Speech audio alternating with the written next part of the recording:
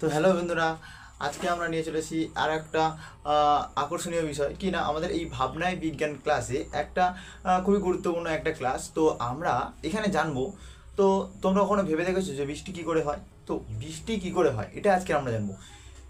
আমরা জানি যে না, প্রকৃতির অপার সৃষ্টির কারণে বৃষ্টি হয়, কিন্তু অ্যাকচুয়ালি এর একটা ব্যাপার আছে, বৃষ্টিটা কী করে হবে।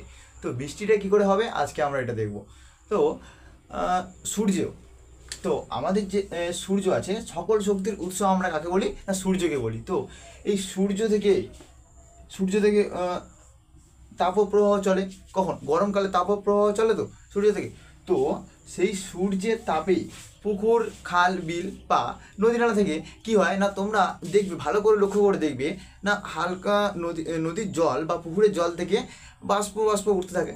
তো এই যে বাষ্পগুলো উঠতে থাকে, তো এই বাষ্পগুলো কোথায় যায়? বাষ্পগুলো কি করে না, হালকা হয়ে ওপরে উঠে যায়।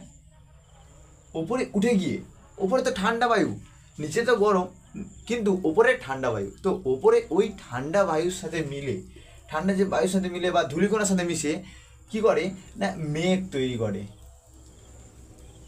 কি তৈরি করে? মেঘ তৈরি করে। এবং ওই মেঘ ভারী হয়ে কি করে না, পৃথিবীতে পৌঁছায় পৌঁছায়।